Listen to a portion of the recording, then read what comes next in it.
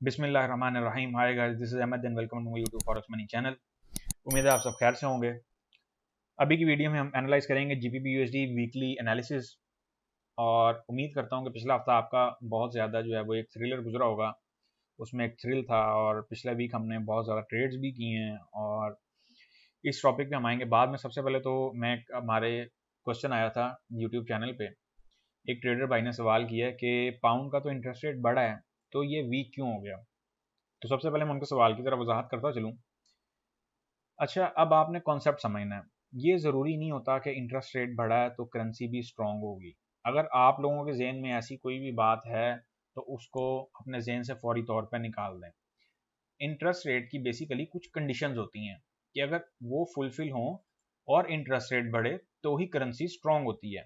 जैसा कि आप देख सकते हैं कि जब बुध की रात को, ये जो लास्ट वेडनेसडे था, तब फेड का इंटरेस्ट रेट रिलीज हुआ, यूएसडी का इंटरेस्ट रेट रिलीज हुआ, तो डॉलर वीक हो गया और उससे अगले दिन डॉलर स्ट्रांग हो गया और उसने पाउंड को वीक कर दिया। इसी तरह जब पाउंड का इंटरेस्ट रेट रिलीज हुआ तो पाउंड वीक हो गया। अब सवाल यह है कि ऐसा क्यों है। इंटरेस्ट रेट के साथ साथ हमें उस मुल्क की इकोनॉमिक कंडीशंस, उसके इकोनॉमी, उसके हालात, उसके माशी हालात देखने होते हैं कि वहाँ पे महंगाई क्या चल रही है, इकोनॉमी क्या चल रही है, वहाँ पे बेरोजगारी की शरह क्या चल रही है। और उस बेस पर ही हम इस चीज़ का फैसला करते हैं कि ये करेंसी जो है आने वाले दिनों में स्ट्रांग होगी या वीक होगी। और इसकी एक सबसे बड़ी मिसाल मैं आपको ये समझाता चलूँ, ये गौर से समझिएगा। ये एक न्यू कमर्स के लिए या न्यू ट्रेडर्स के लिए बहुत बड़ी जो है ना एग्जाम्पल है। ये मैंने सेंट्रल बैंक ऑफ रशिया की वेबसाइट ओपन की हुई है। आप देख सकते हैं कि सेंट्रल बैंक ऑफ रशिया का इंटरेस्ट रेट एक स्मूथ वे में चलता आ रहा था, एक स्मूथ वे में। यहाँ तक कि फरवरी में भी इनका जो इंटरेस्ट रेट था वो बहुत स्मूथ था। इन्होंने तकरीबन फरवरी के महीने में 9.5 का इनका इंटरेस्ट रेट इन्होंने स्टार्ट में इंक्रीज किया, 8.5 से 9.5। अब क्या हुआ, जब रशिया की यूक्रेन के साथ जंग लगी तो रशिया का इंटरेस्ट रेट आप देख सकते हैं, जो उसका की रेट वैल्यू आ रही है वो 20 आ रही है। आप खुद सोचें कि 20% इंटरेस्ट रेट रिलीज होना ये कोई छोटी बात नहीं होती। और इंटरेस्ट रेट, मेरा मानना है कि जितना तेजी से बढ़ता जाता है ना, बढ़ता जाता है, मुल्क उतनी तेजी की तरफ से जो है ना वो खसारे की तरफ कह लें, उसके जो जाने के आसार है ना वो पैदा होते चले जाते हैं। और जैसा कि मैं पहले भी कह चुका हूँ, अब जो डॉलर का इंटरेस्ट रेट रिलीज हुआ वो भी उन्होंने 22 सालों में पहली दफा उन्हें ये नौबत पेश आई कि उन्होंने 0.50 बीपीएस इकट्ठा इंटरेस्ट रेट बढ़ाया। इसी तरह पाउंड ने भी इंटरेस्ट रेट अपना बढ़ाया, लेकिन उसकी इकोनॉमी कंडीशन मजेदार नहीं थी, उसके जो महंगाई के हालात हैं वो कुछ बहुत मजेदार नहीं जा रहे हैं। और आप देख सकते हैं कि कैसे रशिया ने अपना इंटरेस्ट रेट बढ़ाया और देन फिर उसने इकट्ठा एकदम 17% किया। अब उसका जो करंट जा रहा है वो 14% जा रहा है। इसकी बेहतर मिसाल और बेहतर तरीके से मैं आपको समझा देता हूँ कि आप ये देख लें। ये मैंने इनका 1 ईयर चार्ट गूगल पे ओपन किया हुआ है, 1 USD 2 रब का।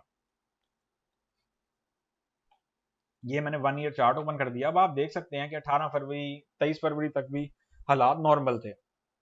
लेकिन जब रशिया ने अटैक किया यूक्रेन पे, उसके बाद रशिया का इंटरेस्ट रेट कहाँ पे चला गया।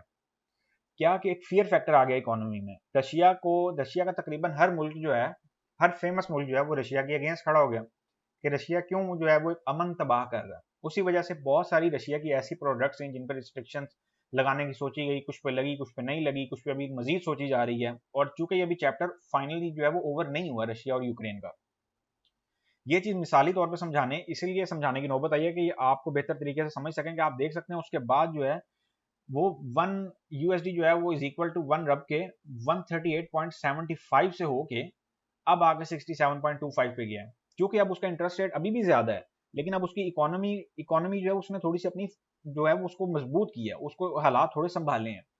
तो यही हाल पाउंड की तरफ इस टाइम चल रहा है कि पाउंड में इंटरेस्ट रेट तो बढ़ रहा है, लेकिन पाउंड में जो अंदरूनी महंगाई है ना, जो बेरोजगारी है, उसकी शरह को रोकने के लिए ये अपनी तरफ से तो बेहतरीन इकदाम कर रहे हैं, लेकिन वो इनसे अभी भी कंट्रोल नहीं हो पा रहे हैं। खास तौर पे अगर मैं बोरिस जॉनसन के दौर की बात करूं तो इनसे हालात संभले ही नहीं है। इन्होंने बेसिकली नो डील पे रख के डील कर दी। जब से यूरोजोन अलग हुआ है तब से यूके कंसिस्टेंटली स्टैंड होने की बजाय एक क्राइसिस का शिकार होता चलता जा रहा है, चलता जा रहा है। आप देख लेंगे पाउंड एक ट्रेंड की सूरत में down side, day by day down, day by day down आता जा रहा, आता जा रहा है। तो अब इन्होंने जो सबसे बड़ी इस टाइम जो पाउंड के जो मैं हालात समझता हूँ जिस वजह से पाउंड बहुत ज्यादा वीक हो रहा है, ये बेसिकली यूक्रेन के जो आप यूं कह लें कि जिन लोगों के पास यूक्रेन में घर नहीं थे, जो बेघर हो गए, जो बेरोजगार हो गए, इन्होंने उनको ऑफर की कि आप हमारे यहाँ पे आएं। और ये अपने मुल्क में इवन के अपने मुल्क में ये उनसे अगर वो बस में भी सफर करते हैं तो ये उसके चार्जेस भी उनसे नहीं लेते हैं। तो वो एक्सपेंस, वो बजट कहाँ से पूरा होना है? वो एक जो वहां के सिटीजन है, जो यूके में जॉब होल्डर्स हैं या यूके बेस्ड पर्सन हैं, वही उन्हीं के टैक्स से, उन्हीं के जेबों से ही उनके जो एक्सपेंस हैं, जो यूक्रेनियन पीपल है उनके एक्सपेंस है, वो मैनेज होंगे। तो ये एक बड़ी अंडरस्टूड सी चीज है।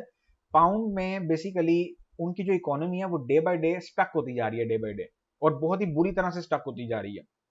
तो अभी के लिए पाउंड, इस यही वजह है कि पाउंड 1.24 के लेवल से जब रिबाउंड हुआ था तो मुझे बहुत एक्सपेक्ट कर रहा था कि ये मजीद जो है अपना डाउन साइड का नीचे का नहीं सोचेगा। लेकिन अब पाउंड जो टारगेट कर रहा है वो 1.2000 के लेवल को टारगेट कर रहा है, जैसे कि मैंने आपको टेलीग्राम में भी अपडेट किया और यहाँ पे भी मैं अपडेट कर रहा हूँ। अब हम चलते हैं अपने चार्ट स्ट्रक्चर की तरफ पाउंड यूएसडी के। उम्मीद करता हूं कि इंटरेस्ट रेट का कॉन्सेप्ट आपका क्लियर हो गया होगा। अगर खाली इंटरेस्ट रेट से ही करेंसी में स्ट्रांग होना होता तो फिर हम अदर फाइनेंशियल न्यूज़ को देखते ही क्यों? ये मैं आपको आसान अल्फाज में समझा रहा हूँ। फिर हम खाली इंटरेस्ट रेट का इंतजार करते कि जी इंटरेस्ट रेट आ रहा है और ये बढ़ गया। एक नोयत ये भी होती है कि इंटरेस्ट रेट आने से पहले जो अफवाह जब निकल जाती है ना, आप यूं समझ लें कि मैं आपको एक आसान अल्फाज में बताता हूँ कि अगर आप किसी भी मुल्क के लोकल सिटीजन हैं, आप ऑयल की मिसाल ले लें या शुगर की ले लें, आपको जब पता चलता है कि इनकी कीमतें बढ़ने वाली हैं, तो आप सबसे पहले क्या करेंगे? उसको अंदरूनी तौर पे जो है जमा करने की कोशिश करेंगे। और वो क्या होगा कि एक टाइम आएगा उसकी जो है प्राइस रिलीज हो जाएगी कि हाँ जी इसकी प्राइस बढ़ गई है। अब उसके बाद क्या होगा? उसके बाद वहां पे प्राइस उसकी स्टेबल हो जाएगी, तो वहां से फिर उसकी सर्वाइविंग जो है वो कंसोलिडेशन उस चीज में आनी शुरू हो जाएगी कि हाँ यार ये चीज अब चल रही है, आसान हो जाएगी चीज मिलनी। यही सेम कॉन्सेप्ट इंटरेस्ट रेट का। इंटरेस्ट रेट की जब न्यूज रिलीज होती है तो सब उस करेंसी को जो है बेसिकली स्टॉक करते हैं अपने पास, जैसे पाउंड को स्टॉक किया गया। लेकिन उससे पहले उसकी अफवाह निकल चुकी हुई थी कि इंटरेस्ट रेट बढ़ना है, तो वो एक अपर मूवमेंट दे देती है। और यही वजह है कि इंटरेस्ट रेट पे जैसे इंटरेस्ट रेट रिलीज होता है तो वो करेंसी फॉल खा जाती है, क्योंकि उसकी स्टेबिलिटी उतनी होती ही नहीं है। अब हम चलते हैं एनालिसिस की तरफ। उम्मीद करता हूं कि ये मैं आपके लिए काफी वेल एक्सप्लेन कर पाया हूँ। अभी भी किसी को कुछ नहीं समझ आई तो वो बिला झिझक मेरे से पूछ सकता है। अब हम चलते हैं पाउंड एनालिसिस की तरफ, जो अपकमिंग वीक एनालिसिस है। जैसा कि आप देख सकते हैं मैंने 1 आवर चार्ट ओपन किया हुआ है। आज मैं आपको तीनों चार्टों में नजर डलवाऊंगा। सबसे पहले हम चलते हैं D1 पे। D1 पे हमें ये सपोर्ट एरिया बनाने की जरूरत क्यों पेश आई? वो इसीलिए पेश आई क्योंकि पाउंड इस टाइम अपने माजी के जो सपोर्ट एरियाज हैं उनकी तरफ रुझान कर रहा है, उनको टेस्ट करने की कोशिश कर रहा है, आसान अल्फाज में अगर मैं आपसे बोलूं तो। और उसका ट्रेंड स्टिल बियरिश ही है। ये हमारे पास एक सपोर्ट एरिया बनता है 1.22 टू 1.2250 का। अब हम चलते हैं अपने H4 के चार्ट पे। ये हमारे पास आ गया H4 का चार्ट। अब H4 के चार्ट पे भी आप देख सकते हैं और इसी तरह D1 के चार्ट पे भी आप देख सकते हैं। D1 पे भी एक हमारे पास डाइवर्जेंस कुछ शेप देने की कोशिश कर रही है पर दे नहीं पाई सही तरीके की। अभी मजीद मुझे जहां तक मैं एक्सपेक्ट कर रहा हूँ कि एक दो दिन जो है ना मार्केट को D1 पे यहाँ पे कुछ एक दो कैंडलें देनी चाहिए, और फिर अगर मार्केट उठती है तो फिर एक हैंडसम मूवमेंट वो हमें देगी। लेकिन ये इतना आसान इस टाइम नहीं है पाउंड के लिए, जब तक पाउंड एक हमें कोई स्ट्रॉन्ग क्लू नहीं दे देता या स्ट्रॉन्ग सपोर्ट लेवल नहीं दे देता। और अब हम चलते हैं वापस H4 पे। H4 पे जो हमें कंडीशन बताई जा रही है, आप देख सकते हैं कि ये सेम यही डाइवर्जेंस, अच्छा जो है ना न्यू ट्रेडर्स उनके लिए बड़ा बेहतरीन टाइम है डाइवर्जेंस को समझने का। मैं कहता हूँ वो सब चीजें छोड़ के सबसे पहले तो ये डाइवर्जेंस का कॉन्सेप्ट समझ लें कि डाइवर्जेंस होती क्या है। आप देखेंगे प्राइसेस जो हैं वो ये डाइवर्जेंस का रूप धार रही हैं इस टाइम। ये लें, ये डाइवर्जेंस होती है। अब डाइवर्जेंस में भी ये डाइवर्जेंस का खैर अलग टॉपिक हो जाएगा, इसको मैं अलग टॉपिक में डिस्क्राइब करूंगा। इन शॉर्ट वर्ड्स ये है कि आप देख सकते हैं कि हमारे सामने एक बड़ी बेहतरीन डाइवर्जेंस है, वो स्टिल इस टाइम इन एक्शन है 4 आवर चार्ट पे। अब मार्केट ने 4 आवर चार्ट पे 1.2270 टू 74 का लेवल टच किया है फ्राइडे को। और यहां से मार्केट के लिए अब इंपॉर्टेंट लेवल्स कौन से? अब हम चलते हैं वापस 1 आवर चार्ट पे। 1 आवर चार्ट पे मैं क्यों ले आया हूँ? 1 आवर चार्ट पे मैं इसीलिए ले आया हूँ क्योंकि अब हमारी जो आंखें हैं ना वो 1 आवर चार्ट के हिसाब से चलनी चाहिए। 1 आवर चार्ट पे हमें एक रिबाउंड चाहिए बेसिकली। 1 आवर चार्ट पे जो हमारे पास लेवल इस टाइम खड़े हो गए हैं ना, वीकली बेसिस पे बात कर रहा हूँ। 1 आवर चार्ट मैंने इसीलिए ये निकाला है कि आपको जो है ना बेहतर तरीके से समझ आ सके। खास तौर पे देखें हमारे पास इस टाइम जो लेवल्स हैं वो कौन से इंपॉर्टेंट लेवल्स कौन से हैं। अपर बाउंड्री पे हमारे पास 1.2420 का लेवल बहुत अहम है, और ये रेंज अगर प्राइस करेगी तो 1.2410 टू 1.2420 का लेवल, ये लेवल हमारे पास बहुत अहम है, इसको किसी सूरत इग्नोर नहीं करना। हमें इस लेवल का for long term trade setup, for bullish trade के लिए हमें इस जोन का ब्रेकआउट चाहिए। अगर इस जोन का ब्रेकआउट नहीं होता तो फिर हम यहां से ही मार्केट डाउन अगेन एक्सपेक्ट करेंगे। लेकिन ये तो हो गई लेटर ऑन डिस्कशन। अभी के लिए हमारे पास जो सबसे इससे भी ज्यादा जो गौर तलब लेवल निकला ना, जो मैं फ्राइडे को जिसकी बेस पे मैंने एक शॉर्ट स्कैल्पिंग ट्रेड भी दी थी, वो 1.2380 का लेवल है। पाउंड ने 1.2380 का लेवल क्रॉस करना है, प्लस हमें एक रीटेस्ट देना है जो कि बड़ा ऑथेंटिक रीटेस्ट हो, यहां से मार्केट ऊपर जाए ऐसी बेस में और देन ऐसी बेस में, फिर तो मार्केट आपकी एक बुलिश रेले में निकल जाएगी। ये देख सकते हैं जैसा कि इस टाइम एक हेड एंड शोल्डर पैटर्न भी बन रहा है, एक reverse head and shoulder pattern बन रहा है, एक inverse head and shoulder pattern बन रहा है। वो मैं आपको कुछ इस तरह से ये चीज भी यहाँ पे मेंशन कर देता हूँ। ये हेड लेवल है हमारे पास, लेफ्ट शोल्डर, राइट शोल्डर। अगर मार्केट इस लेवल को अपनी बेस बना लेती है,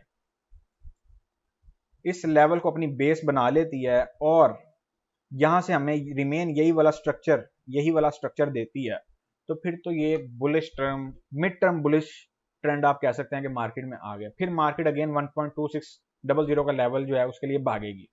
लेकिन अगर इस जोन को भूलना नहीं है, ये जो मार्केट यहाँ पे फौरन आई और टेस्ट देके निकल गई, अगर तो ये H4 का टेस्ट दिया होता ना इसने, तो फिर तो मैं समझता कि ये काफी देर बाद टेस्ट हो सकता है। ये 1 आवर चार्ट का टेस्ट है, मैं इसको कोई देर पा नहीं समझ रहा। मैं समझ रहा हूँ कि मार्केट अगेन जो है ना, यहाँ से अगर उठ भी गई ना, मार्केट बड़ी तेजी से यहाँ से उठ भी गई, कीची मीची करके अगर उठ भी गई, ये मैं आसान अल्फाजों में समझा रहा हूँ, तो मार्केट अगेन यहाँ पे आ जाएगी। और चूंकि हम इंटर बेसिस पे जो है डेली बेसिस पे इसकी अपडेट ले रहे हैं, तो इसलिए ज्यादा टेंशन लेने की जरूरत नहीं है हमें। अब मैं बात करता हूँ वापस कि हमारे पास जो अभी तक के लिए जो स्ट्रक्चर डेवलप हो रहा है वो स्ट्रक्चर क्या है। अभी तक के लिए हमारे पास मार्केट अगेन रेंज में आ गई है और इस रेंज की बेस पे ही हम जो है अपकमिंग वीक में ट्रेड करेंगे। और H4 पे अगर हम चलते हैं तो H4 पे भी हमारे पास सेम सिनेरियो है। ये आप देख सकते हैं H4 पे भी हम रिमेन जो है ना वो एक ऐसे जोन में आए हुए हैं कि हमें उस जोन से क्लियरेंस चाहिए, और मे बी ये पाउंड क्लियरेंस दे दे। अगर तो पाउंड ने मंडे या ट्यूसडे तक जो है इस जोन को क्रॉस कर लिया, मंडे ट्यूसडे वेडनेसडे तक भी लगा लें, अगर पाउंड यहाँ पे एक हमें एक बड़ी अच्छी खासी मूवमेंट देता है, इस जोन तक पाउंड हमें मूवमेंट देता है और कंसोलिडेट रहता है, तो फिर तो हम इसको लॉन्ग जो है वो मजीद एक्सपेक्ट कर सकते हैं। ये मैंने आप देख लिया, और ये एक डाइवर्जेंस स्ट्रेटजी की भी अक्कासी होती है। साथ साथ ये मैं अब आपको अपडेट करता जाऊंगा। अब हम चलते हैं अपनी ट्रेड डिटेल की तरफ कि हमें इस सूरत हाल में ट्रेड का जो सेटअप है या जो ट्रेड डिटेल्स हैं वो हमें कौन सी रखनी चाहिए। ये हमारे पास आ गया 4 आवर चार्ट। 4 आवर चार्ट पे याद रखिएगा मार्केट जो है वो इस जोन से गिरी हुई है, 1.2550 के लेवल से ऑलमोस्ट, तो हमने उसको नहीं भूलना। मैं यहां पे मेंशन कर देता हूं GBP USD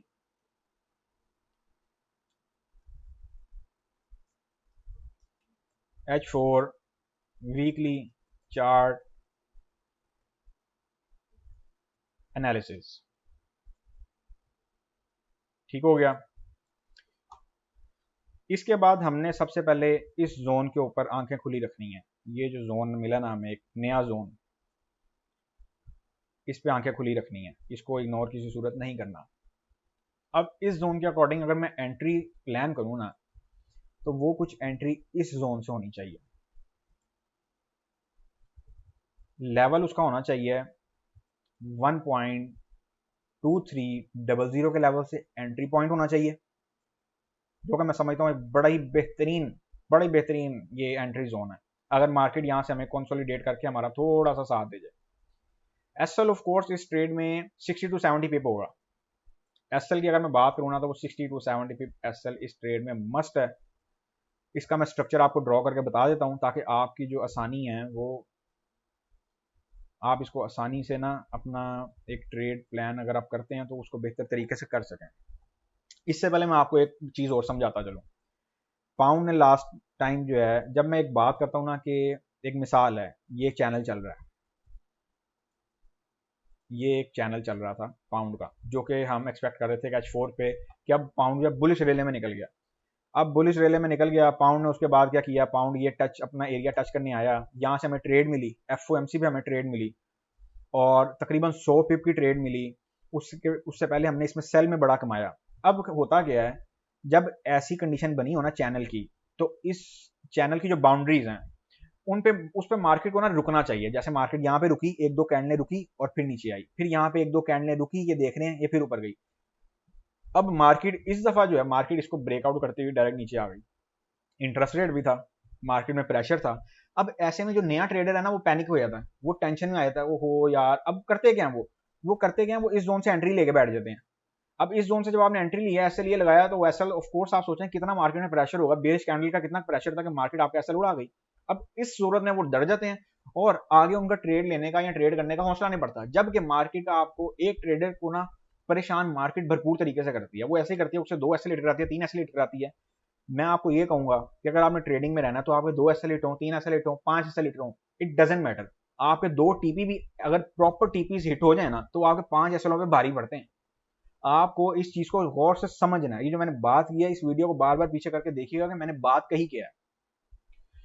तो चलते हैं हम अपने एनालिसिस की तरफ। जो हम एनालिसिस स्ट्रक्चर प्लान कर रहे थे, इसको मैं यहाँ पे लगा रहने देता हूँ, इस लाइन को, ताकि ये आप लोगों के लिए आसानी हो इसको समझने में, इस बात को समझने में। बात को समझिएगा कि मैंने कहा क्या है। हम ट्रेड अपनी प्लान करेंगे, यहाँ पे मैं डिटेल्स आपको डिस्क्राइब करता हूँ। बाय हम करेंगे एट 1.2300 के लेवल से, उसी के साथ TP1 हमारे पास आ जाएगा। अच्छा, अब ये H4 की ट्रेड है, ज़हन में रखिएगा, ये वीकली एनालिसिस है और ये एक ट्रेड में अगर एक दफा आपको प्रॉफिट मिल जाता है, इतना मिल जाता है 100 पिप, मेरा ख्याल है वीकली बेसिस पर 100 पिप एक स्ट्रेट ट्रेड में प्रॉफिट जो है ना, वो इनफ है। हमारे पाउंड पे एसएल हिट हुए, फिर हमने उसमें स्कैल्पिंग करके उसकी रिकवरी ली। और अगर बात करूं मैं यूरो यूएसडी और न्यूजीलैंड यूएसडी की, तो उसके तो सिग्नल ही बाकमाल गए। न्यूजीलैंड यूएसडी इस हफ्ते हमें 250 से 80 पिप का जो है ना प्रॉफिट देके गया है, उसमें कोई एसएल नहीं हुआ। यूरो यूएसडी देके गया कंसिस्टेंटली, बार बार ये ट्रेड हमें प्रॉफिट देके गई है। तो ऐसे में अगर पाउंड यूएसडी भी आपका एसएल हिट हो गया और उसमें आप, अगर आप समझते हैं कि एक एसएल हिट हो गया हमारा बड़ा, तो आप ये देखें कि अदर हैंड हमने 350 से 400 पिपों जो है ना, उस 400 पिपों का प्रॉफिट स्ट्रेट उठाया। और पाउंड में हमारा अगर एक एसएल हिट हुआ भी, तो वो कितने का हुआ, वो 70 पिप का हो गया, 80 पिप का हो गया, 90 पिप का हो गया। तो कैलकुलेशन निकालें, बात कहां पे जाती है। अगर आप एसएलों से डरेंगे तो फिर आप ट्रेडिंग नहीं कर सकते। फिर मैं ये सजेस्ट करूंगा कि आप ट्रेडिंग की फील्ड से सेपरेट हो जाएं। एसएल आपको गले से लगाने पड़ेंगे, 1 2 3 एसएल गले से लगाएंगे, देन आप धड़ाधड़ नोट छापेंगे। अगर आप एसएलों को समझेंगे कि यार ये मैं ट्रेड में एंट्री लूंगा, एसएल हिट हो जाएगा, ऐसे तो आप कभी भी काम नहीं कर सकेंगे। अच्छा जी, हमारा जो TP1 बनेगा इस ट्रेड में, वो मैं इनिशियली सजेस्ट करूंगा 1.2380 के लेवल का। 80 का लेवल, मैं बार बार कह रहा हूँ, 1.2380 का लेवल इस टाइम हमारे लिए इंतहाई अहम लेवल है। हमें इस लेवल का ब्रेकआउट चाहिए अगर पाउंड ने ऊपर निकलना है। और TP2 जो हमारे पास बनेगा इस लेवल का, वो बनेगा 1.2460 का। एसएल हमारे पास बनेगा 1.2230 के लेवल का। ये हमारे पास इसका बनेगा एसएल। अब इस ट्रेड को आपने प्लान कैसे करना है, मैं आपको वो भी समझा देता हूँ, गौर से समझ लें। ये हमारे पास ओपनिंग है, ओपनिंग पॉइंट आ गया, ये हमारे पास ओपनिंग लेवल आ गया, ये हमारे पास एसएल आ गया। अब TP1 हमने 1.2380, इस लेवल का हमने 1.2380 के लेवल का मैंने TP रखा है। कंफ्यूज नहीं होना आपने, ये TP1 है हमारे पास। और जो TP2 मैंने रखा है वो रखा है 1.2460 के लेवल का। ट्रेड आपने पार्शियलिटी रखनी है, मैं बार बार कह रहा हूँ। प्रॉफिट आपने टाइमली बुक करना है और एक ट्रेड अपनी ऐसी रखा करेंगे जो आपका जो एसएल, जैसे यहाँ से मार्केट 1.2350 के लेवल से आपने एक ट्रेड ओपन कर ली, या 1.2300 के लेवल से आपने ट्रेड ओपन कर लिया, अब उसका TP1 हिट हो गया एक ट्रेड का, तो आपका एक एसएल सिक्योर हो जाता है। अगर कुछ आएगा नहीं तो कुछ जाएगा भी नहीं। और इसका जो ट्रेड स्ट्रक्चर है वो मैं आपको बता देता हूँ। सबसे पहले तो अभी हमने मार्केट खुलते साथ ये देखना है कि मार्केट इस जोन में हमारे साथ खेल क्या खेलती है। क्या मार्केट इस लेवल से नीचे आती है, और मार्केट इस लेवल के अंदर ही, यहाँ से यही पूरा हफ्ता यही रेंज बनाई रखती है। अभी ये भी एक तस्वीर का रुख है, जो कि बहुत अहमियत का हामिल है, लेकिन इस पर हम बाद में डिस्कस करेंगे। अभी का जो मैं स्ट्रक्चर आपको समझाने जा रहा हूँ, वो एंट्री पॉइंट हमारा ये बनेगा 1.2300 से। यहाँ पे मार्केट थोड़ा सा कंसोलिडेट होनी चाहिए और देन ये हमें एक एंट्री देगी 1.2380 के लेवल की, जो कि हमारा TP1 होगा। अब TP1 के बाद मैंने आपके सामने एक लेवल ड्रॉ किया है 1.2420 का। इस जोन में आके मार्केट जो है वो दो सूरतें इख्तियार कर सकती है, यहाँ तो हमें तंग करेगी, कंसोलिडेट होगी, और यहाँ हमें एक सीधी मूवमेंट देगी 1.2460 के लेवल तक ले जाएगी बहुत आसानी से। इस पे हम लेटर ऑन साथ साथ डिस्कशन रखेंगे। पाउंड यूएसडी का अभी तक के लिए ये स्ट्रक्चर आपने ज़हन में रखना है। हमारे पास इस टाइम इस वीक के लिए जो लेवल इंपॉर्टेंट है मैं वो यहाँ पे मेंशन कर देता हूँ। Most important levels of the week, एक हमारे पास जो लेवल है वो 1.2380 का लेवल है, ये अपने पास राइट डाउन कर लें, और दूसरा लेवल हमारे पास है 1.2420 का। इनको आपने किसी सूरत इग्नोर नहीं करना।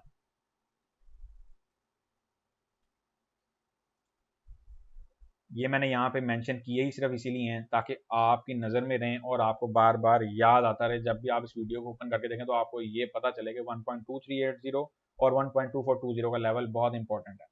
अगर मार्केट इस जोन को ब्रेक कर गई, ये तो हो गया तस्वीर का ये प्रूफ, उम्मीद करता हूँ आपको समझ आ गया होगा। अब हमारे पास ट्रेड का दूसरा रुख क्या है। अगर मार्केट, ये मैं फॉर इंफॉर्मेशन पर्पज दे रहा हूँ, डेली बेसिस में आपको अपडेट करता रहूंगा, अगर मार्केट हमारे पास ये जोन ब्रेक कर जाती है, फिर तैयारी पकड़ें 1.20 के लेवल की, फिर पाउंड सीधा इस लेवल पे जाके ही ब्रेक लगाएगा, फिर इससे पहले पाउंड ब्रेक नहीं लगाने वाला, जो मर्जी कर लें, क्योंकि पाउंड इस टाइम इकोनॉमिकली बहुत डिस्टर्ब है। गवर्नर बेली को देखने में बार बार कहता आया हूँ, जब से वीडियोस बन रही हैं बार बार हर वीडियो में बेली का तस्करा मैं लाजमी करता हूँ। वो इसीलिए करता हूँ क्योंकि इन लोगों से बरतानिया की जो माशी सूरत हाल है वो संभल ही नहीं रही है, और ये पाउंड को कंसिस्टेंटली वीक वीक वीक करी जा रहे हैं। पाउंड का इंटरेस्ट रेट बढ़ा है, सब ये तो देख रहे हैं, लेकिन आप लोग ये भी इस चीज को भी ध्यान में रखा करें कि यूएसडी का भी तो इंटरेस्ट रेट बढ़ा है, उन्होंने भी तो इनके साथ ट्रेड बैलेंस एडजस्ट करना है। तो जाहिर है जब ट्रेड बैलेंस एडजस्ट होंगे तो उसके बाद ही कंक्लूजन निकलेगा कि इस करेंसी ने अब ड्राइव किधर करना है। उम्मीद करता हूं कि आपको ये चीजें बहुत क्लियरली समझ आ रही होंगी। अगर तो हमारे पास इस लेवल का ब्रेकआउट हो जाता है, देन फिर हमारे पास कुछ इस तरह के ट्रेड स्ट्रक्चर जो हैं वो देखने में आएंगे। फिर मार्केट एक अपना स्टिल जो है डाउन ट्रेंड कंटिन्यू करती हुई सबसे पहले 1.2150 का लेवल टेस्ट करेगी, और उसके बाद जो इंपॉर्टेंट लेवल है उसके बाद फिर 1.2200 का लेवल को हम फोकस करेंगे। इसको हम लेटर ऑन साथ साथ डिस्कस करते रहेंगे कि हमारे पास क्या नोयत बन रही है, हमारे पास चार्ट स्ट्रक्चर में क्या सूरत हाल बन रही है। उम्मीद करता हूं कि मैं आपको इस वीडियो में बहुत सारा जो इंफॉर्मेटिव मवाद आप कह लें वो मैं आपको सही डिलीवर कर पाया हूँ। इस वीडियो को गौर से सुने, गौर से समझें। ये टाइम है, ये टाइम होता है एक न्यू ट्रेडर के लिए ना, ये टाइम तोहफा टाइम है। अगर उसने टिकना होता है ना, एक नया बंदा जो ट्रेडिंग में आता है, अगर उसने टिकना है ना, तो अगर उसने ये हालात फेस कर लिए हैं तो मैं समझता हूँ वो टिकने के काबिल है। अगर उसने भागना होगा ना, तो वो इस हालात, ये जो सूरत हाल हुई है ना पाउंड के साथ, वो भाग जाएगा। और मार्केट में याद रखें दो तरह की मूवमेंट्स होती हैं, एक साइड वे, एक ट्रेंड। ये मैं आपको नेक्स्ट वीडियो में जो है बताऊंगा कि हमारे लिए ये जो कौन सी मूवमेंट है वो किस वे में कारआमद साबित होती है। सो दोस्तों मिलेंगे अब नेक्स्ट वीडियो में। वीडियो को लाइक करें, अपने दोस्तों के साथ शेयर करना मत भूलें ताकि उनके इल्म में भी मजीद इजाफा हो। और मिलेंगे अब नेक्स्ट वीडियो में। अपना ख्याल रखें, दुआओं में याद रखें। अल्लाह हाफिज।